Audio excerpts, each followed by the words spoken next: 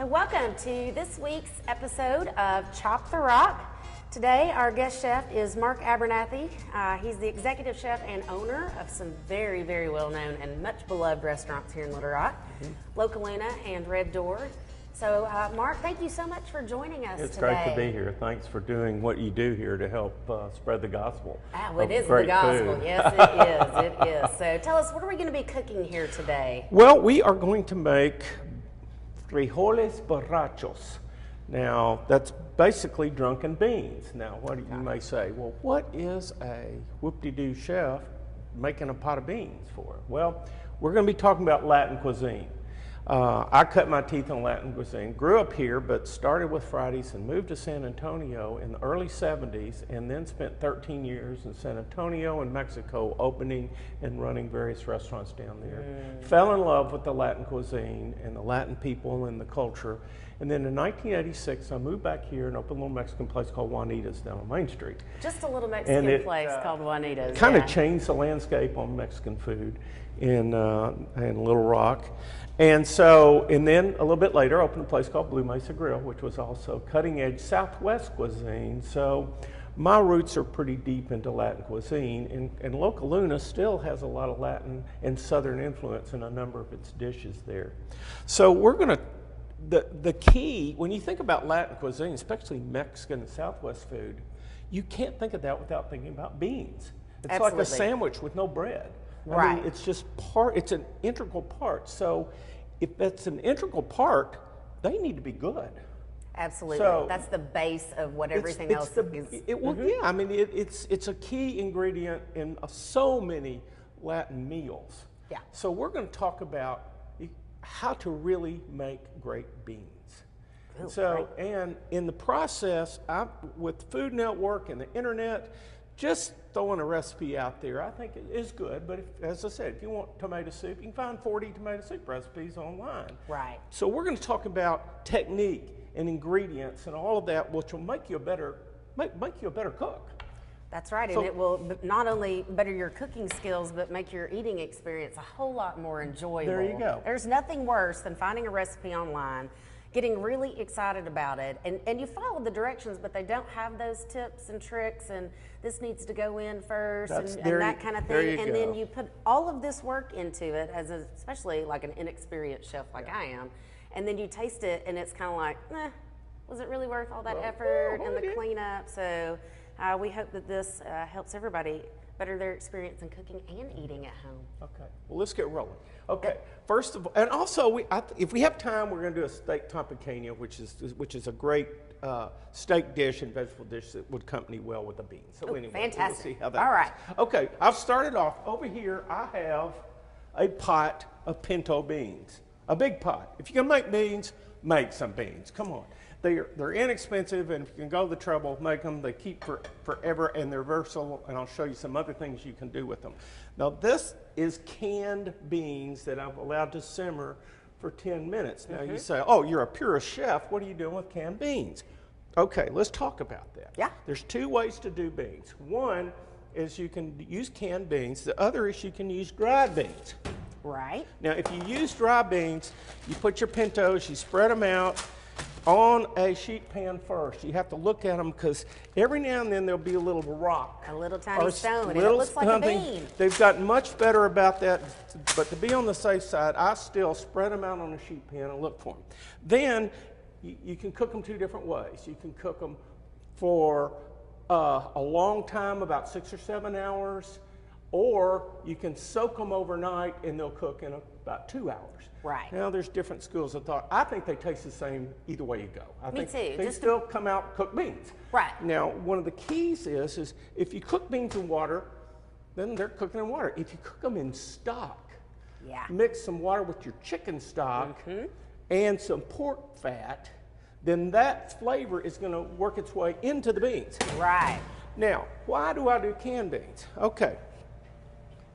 Canned beans, when you cook beans, it's still tricky. I mean, it's really hard to get them perfectly done. Where they're not too mushy and they're not too hard. These are perfect. Every single time. Every single time. And consistently, The problem is they are impacting this brine, this stuff. And it's not bad stuff, but it's just not the most appetizing, and it's not making the most of the beans. Right. So what I do is I'll use the canned beans, I'll put them in a colander, then wash them in hot water, and washing all this stuff off. So I end up with clean, perfectly cooked beans. Gotcha. I transfer those to this pot with chicken stock. Now, we're going to add some stuff to this pot of beans to take it from here up to here. So tell me first, before we add all these wonderful things, this is a great pot. It is, does the pot make a difference? I don't think so. You don't not really. think so? I love cast iron cookware. It's the original nonstick. That's the only cookware I have. My grandmother would not let you in her It's great kitchen. stuff. Yeah. It really transfers the heat well. I think it transfers heat better than aluminum. Okay. And so our steel pot. So for beans, I think it's great. Plus you can really simmer with cast iron, I think. So, okay, all right. So, okay, I'm going to start off. First of all, this is a little bacon fat.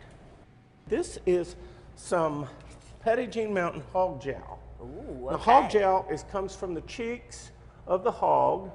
It has less cure, less smoke. It's a different pork flavor. We're going to put that in there. Okay. I've also got bacon that we're going to use later. Gotcha. Okay. Now, the other ingredient we're going to throw in here is we're going to put a bunch of onions. That's basically a whole onion. A whole purple onion, pretty finely chopped. Pretty finely chopped. Okay. Red bell pepper. Now, red bell pepper honestly doesn't have much flavor.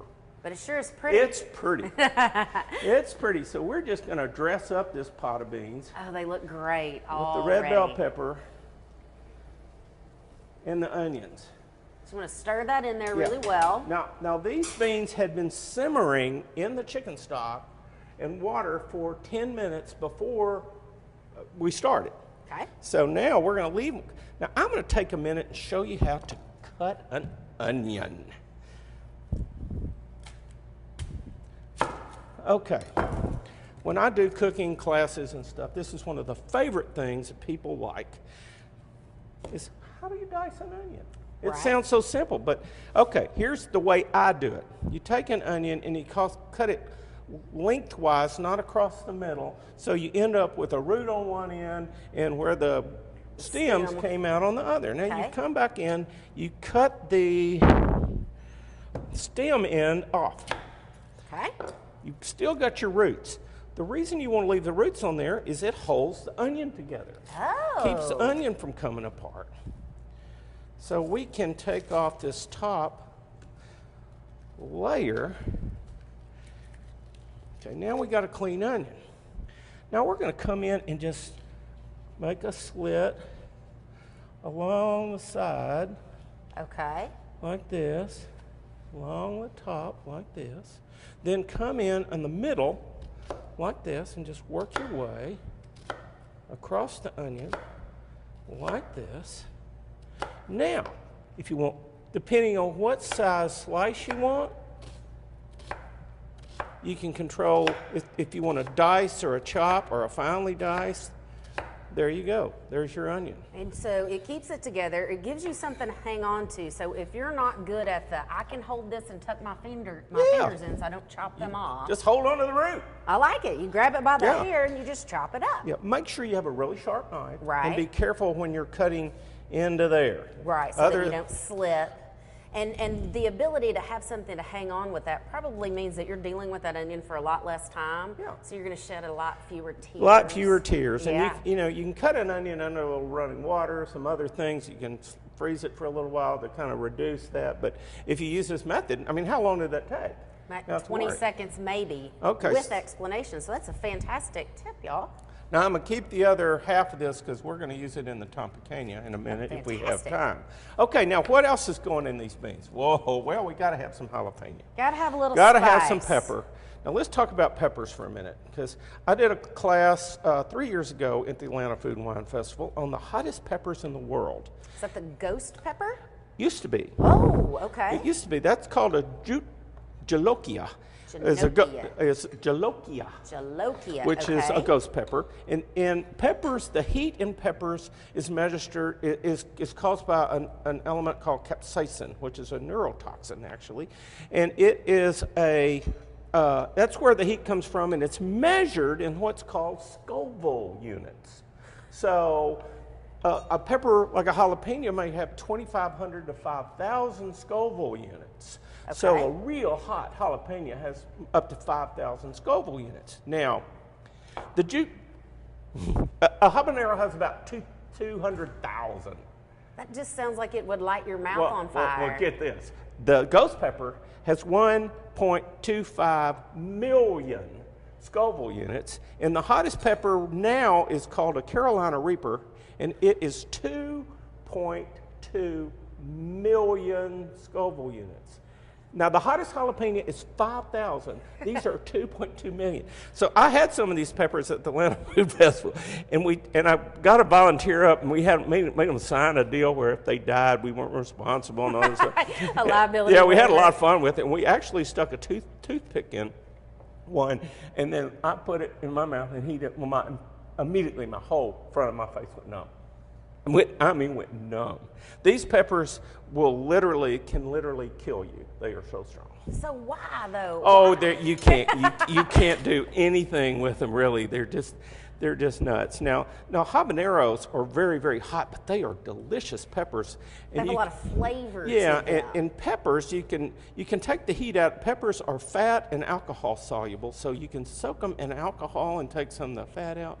Which is why a pickled jalapeno pepper is never as spicy as a fresh one. Is that correct? Some of them get pretty spicy. Now I'm chopping some jalapeno, and what I do when I buy a jalapeno in the store, I bite the end off of it.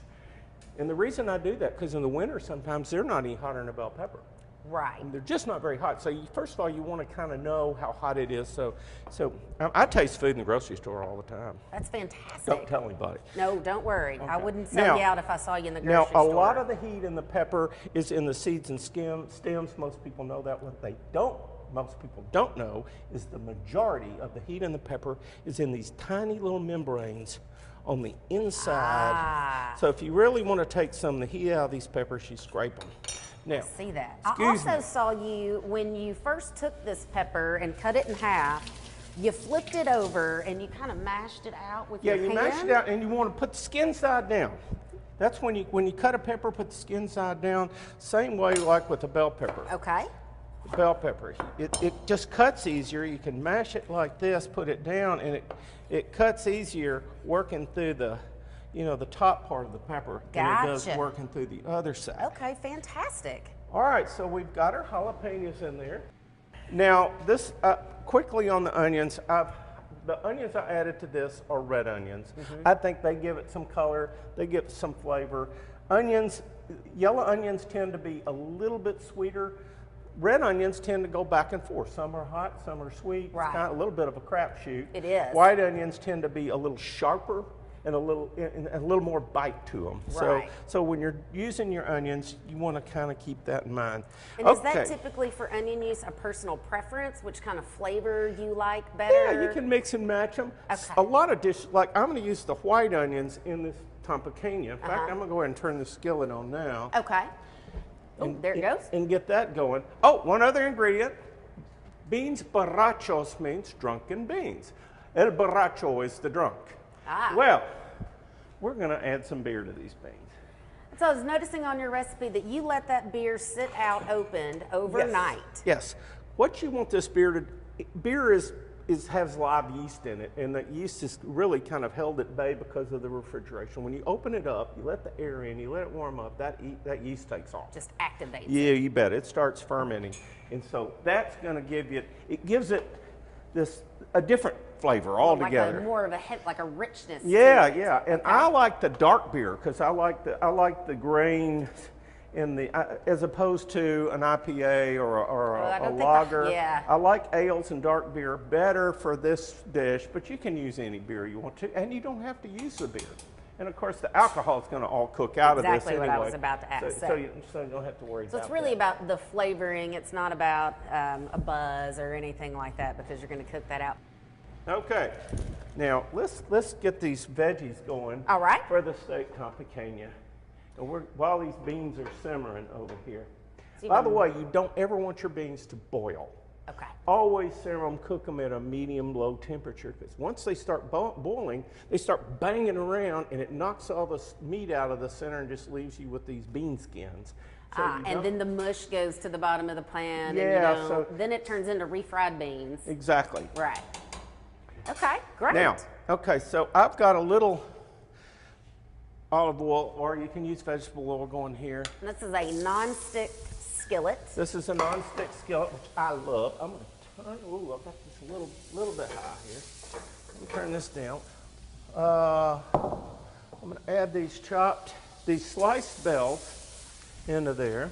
All right, we'll let those saute, and then you've got your onion coming up. So this is like a sort of fajita-style onion, so you don't have to chop them quite so much. Fajita-style onions and peppers. Okay. You don't have to worry if you're afraid to toss your I'm not very good at the whole. You can stir. You can stir it. You can, use like a rubber-tipped tong so you don't scratch your nonstick pan. So now here's that jalapeno that I just seeded and stemmed and scraped the good stuff out of, and I'm gonna cut some really thin little strips of this, and that's gonna go in there as well. That's good for your flavor as well as your color for that dish. Now, I'm going to take a couple of these beautiful tomatoes over here. So tell me what kind of tomatoes these are. There's, it's kind of like beer. There's 100 different kinds of tomatoes anymore. We're filming this in the summer. And we are. It's tomato this is season. An Arkansas homegrown. Mm-hmm. You can't beat them. If you grew up in the South, look how beautiful that is, y'all. Come on. Ugh. Now, we get about 5 months of great tomatoes. We really do. And we are so blessed. We are. And I am, oh my gosh, do I love I will not eat a tomato out of season. I just can't do it. Well, it's just so let me tell you spoiled. what you get. In the winter, out of season, you can look for comparis, which are these small tomatoes with the stems attached, not the big ones with the stems attached. Yeah, they're pretty, but they don't have any flavor. They're pretty, but no flavor. Right. All show, no go. These are delicious. And and you can find them most places now. Also, the little cherry tomatoes, those have a lot of tomato flavor, and they're really good. All right, so we've got these veggies here, and I've just kind of sauteed them till they're really starting to get soft. Okay, now, and I'm going to finish these with some tomatoes. I'm going to just throw some tomatoes in the skillet and let those. I think our burner might have gone out. I turned it off. Oh, you did? Okay. Yeah. Okay. All right. Let's put some stuff together here. Fantastic. All right. Pick me some cilantro. Now let's talk about cilantro for a minute. When Yes. you get your cilantro home, cut the stems off, sit it in a cup of water in your refrigerator with a plastic bag on top. So that they don't wilt. It'll first of all, it'll pop back out. It'll keep well, and it'll look beautiful. Don't do that with basil. Keep your basil out on the counter. Don't put it in the fridge. Do not refrigerate your basil. Don't refrigerate the basil. No, we may have to have you back just for an herb class. There you go. Those are good tips. So about how much we want? Just a good handful? I want the leaves. Just the leaves. Roughly chop some leaves for me. All right. Here, I'll give you a little corner here. We don't use the stems. Now, is there any case in which cilantro you would want the stems, or is it always? Yeah, I mean the stems have flavor, so if you're going to cook with it, you can chop those stems up. Okay. If you're chopping it in like into guacamole or something like that. While you're doing that, I'm going to get us a bowl of beans. So you always want to be careful, especially if you're inexperienced, when you're slicing anything. And one of the best tips that one of the chefs out at the culinary school gave me once, or gave a class I was taking, was you just don't ever let the tip of your knife come off of the board so you don't chop your fingers off. That helps. It does. It does help a lot. My best tip with my knives is just make sure they're really sharp. Absolutely. You can do so much more, and it's so much less effort. And if you do accidentally hurt yourself with a sharp knife, it's going to be way less. Is that enough there for you? Yeah. Now here's our bowl of beans that as they came out of the pot. We're going to gild the lily. We're going to put some fresh cilantro. We're going to put some fresh tomatoes on top of here, and we're going to put some fresh, some crispy crumbled bacon on top. So that gives you the mixture of the textures too, with the flavor of that. And you've got the cooked onions and all that stuff in there, but you've also going to have some of that pop from the fresh cilantro and the fresh beans. Okay, set these over here. We're going to make a little room for a steak here.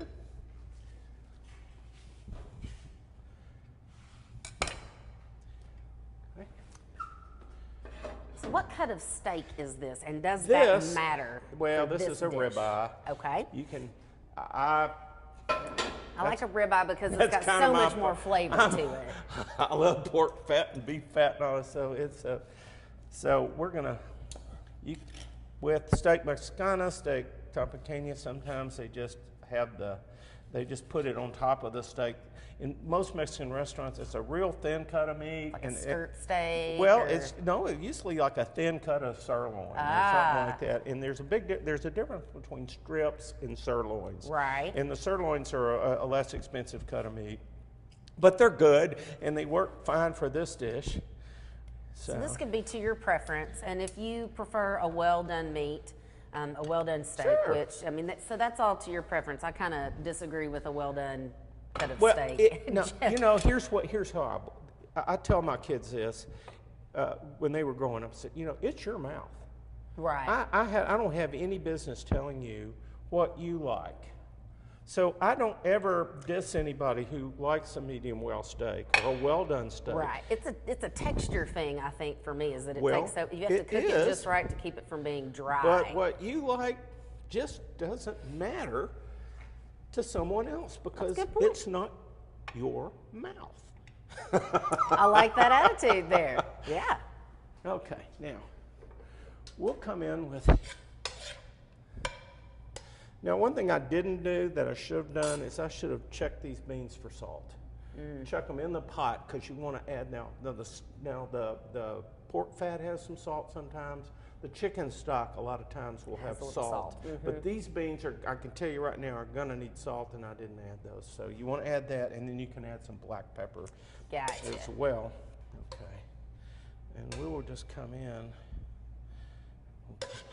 And just drizzle that right over the top there. Make sure we get some of this. So this looks very much like a fajita dish. It is very much like a fajita dish. And we were very lucky to have you here. And I don't remember if this was Blue Mesa or if this was a Juanita's thing, but you were one of the first people. We were the first restaurant, as far as I know, we were the first restaurant in Arkansas to serve fajitas. And I cannot imagine my life in the Mexican food realm without a fajita. We were the first restaurant to serve homemade flour tortillas. At Blue Mesa, we were the first restaurant to use black beans and a lot of other ingredients that were not normally used in cuisine around here. And Blue Mesa Grill introduced the first white cheese dip in America. So there you go. The late 1980s. And that's fantastic. So if y'all like any of this stuff, be sure and stop by one of Mark Abernathy's current endeavors with Red Door and Loca Luna. And if you see him, thank him for all of these things, because I cannot imagine not having those. Loca Luna just celebrated our 22nd year. Wow. Is that not unbelievable? That's incredible. That makes me feel old. Yeah, don't think about that in terms of where that puts you, but just the fact that a restaurant could be so well loved and supported and frequented by so many people. Well, we wouldn't be there without the support of everybody that has just been there for us through all these years, through ups and downs, and I can't. I'm so grateful and so thankful for that. And it makes a difference with your staff too. So you've got a guy that's been there, Barry, I think is his Barry, name. yeah, yes. But we've got people that have been there for the whole time, pretty much the whole time. Yeah, that speaks volumes about the culture of your restaurant and the staff and what y'all are doing there and the way that it's a big family. Feels. We take care of everybody.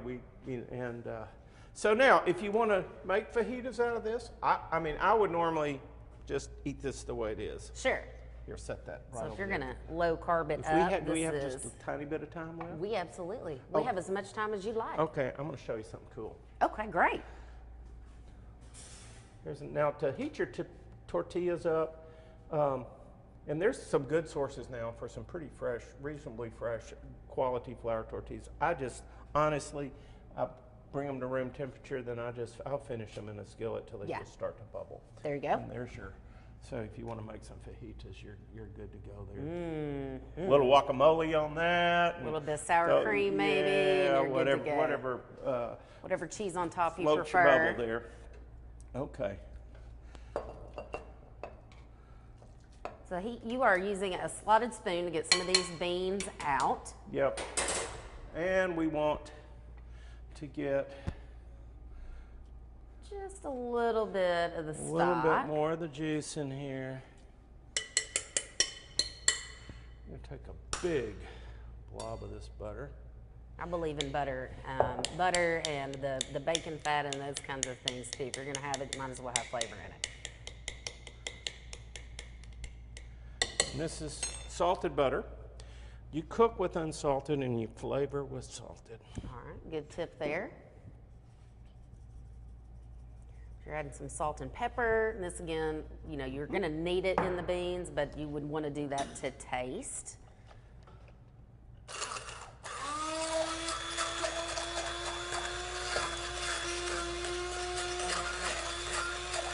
You can do this in a blender. Or like a food processor. Or a food processor. These little emulsifiers, our hand blenders, are really interesting, unique, handy tool. You can buy these now for like $10. Right. And they won't take up the counter space that a lot of people just don't have for that.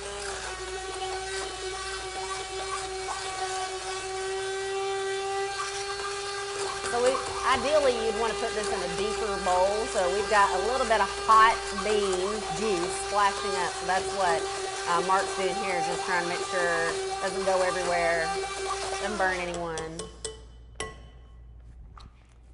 And these things are way easier to clean than a traditional blender or food processor also.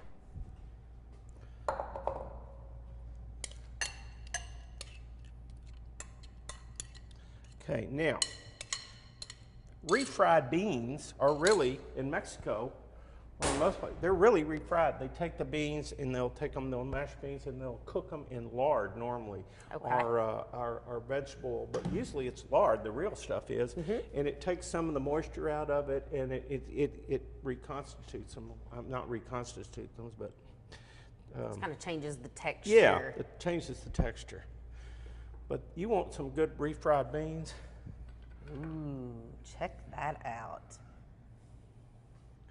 I mean, think of it. If you're starting with really good beans, then, you know. Way better than what you're going to get in a can. Are you kidding? Yeah. So you got your pot of beans. You can take a big chunk of that, and actually you can let them cool down a little bit. Just go ahead and put the butter in there and so the butter's melted, and then just mash up a big thing of refried beans. Keep them in the fridge.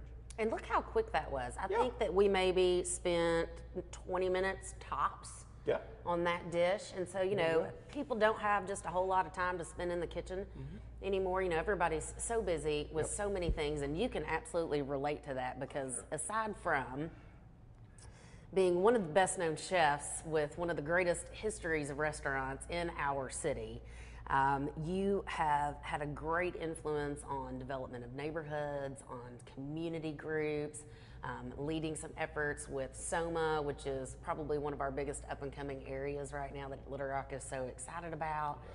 Some efforts with Hunger Relief Alliance, and in addition to that, cooking shows and cooking classes and so many magazines and articles, and just a national presence that we are fortunate enough to call home to Mark Abernathy. Thank you. It keeps me off the streets.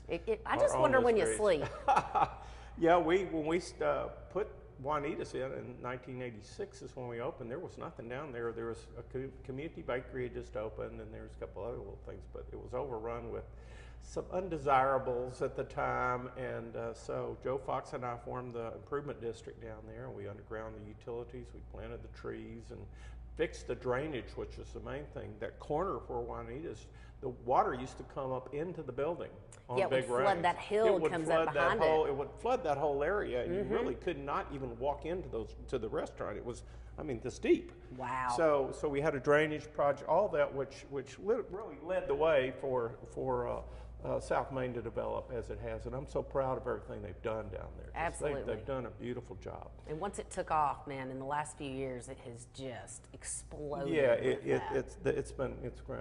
I was down there at lunch at the Root yesterday, so I was down there. I support all those guys. I support everyone. I want everybody in the business to be successful and absolutely to have a good time. The more the merrier, the better. I mean, and one thing that we hear in the tourism business is that people who have never been to Little Rock just don't really have much knowledge, and that's something that everyone's trying to change.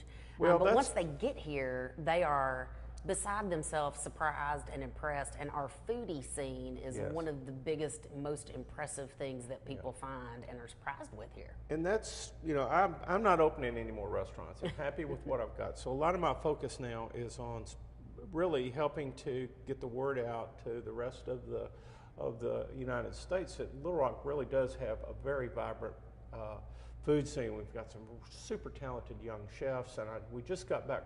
Just took some chefs to Atlanta, to the Atlanta Food and Wine Festival, where we kicked butt. And that is, y'all, if y'all aren't familiar with the Atlanta Food and Wine Festival, it is an internationally renowned. It is the top, most premier Southern food festival there is, and with 600 members of the press, and it is an incredible event. And we went from not having much of a presence. I was on the Founders Council of the festival 6-7 years ago, and I've been trying to get us to be more involved. This year we showed up. We did 2 high-profile events, and that's all we were talking about was those Arkansas boys can cook. That's right. And so it was great. So we're going to keep building on that. That's fantastic. And keep making that happen because, we can hang with the best of them out there. I believe that. So we're so glad to have folks like you right here in our hometown. And thanks for what you do. Thank you. So, all right, y'all, just one real quick reminder. When in season, and right now it is very much farmers market season. It is. So we're May through September. We have folks who sell beef, who sell chicken. You can get your cilantro, your peppers, your onions there, and those absolutely beautiful homegrown Arkansas tomatoes. So make sure that you have an opportunity to stop by if it is in season. We've also got a pork guy, so you can get some bacon. You can get some hog jowl, cured, uncured. There you go. Just look for it. Right. All right. Thank you so much. Thanks, Don. Y'all check us out for our next episode of Chop the Rock. So well.